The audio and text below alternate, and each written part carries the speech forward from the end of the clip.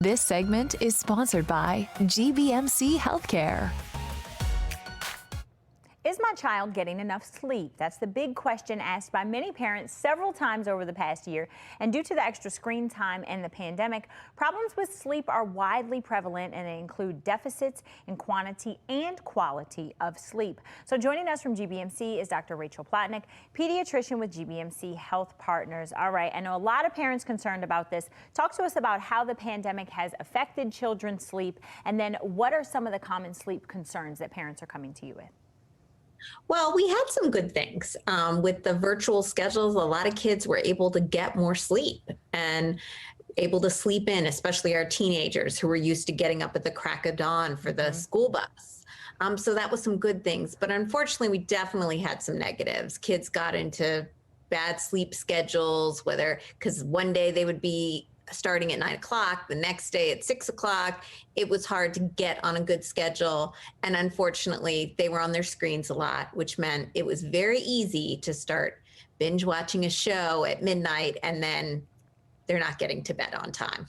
For sure. I have double troubles there with a teenager and a toddler, both with the screen time, so I get that. Do you have any tips for helping parents helping parents help their children get the rest that they need?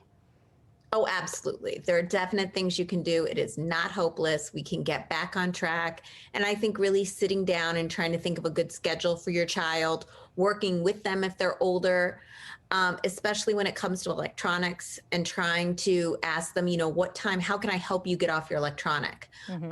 Let's take that electronic out of the bedroom. We all know as parents, it's really hard to get off that electronic. So we need to help our teenagers because it's something we as parents have struggled with as adults. Of course, they're going to struggle with. Talk to us about melatonin. Should parents consider giving it to their sleep-deprived kids?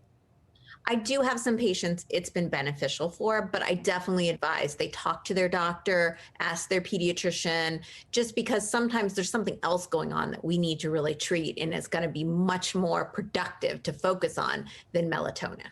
All right, now with a whole lot of schools returning to in-person learning, especially the middle and high schools, like you said, start earlier, any tips that you have for parents to help those kids sleep more soundly? Well, one thing is try to advocate with your school system for a later start time. I mean, this might be an excellent opportunity to really restart the schedule. I mean, they have to reinvent everything anyway right now. So why not switch the middle and high schools to a later start time, which the American Academy of Pediatrics would love, because it's had such tremendous health benefits for teenagers. So that's one thing. And then also just trying to get them on some kind of routine with it, even though one day they have to wake up earlier than the other day, and then making sure they're getting exercise, and preferably outdoors.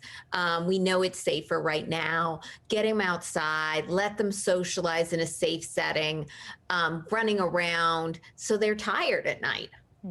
All right. It makes a whole lot of sense. Now, we have all of the information where people can reach you right there on our screen. This will also be available on our website. Dr. Plotnick, thank you so much for joining us today. Oh, you're welcome.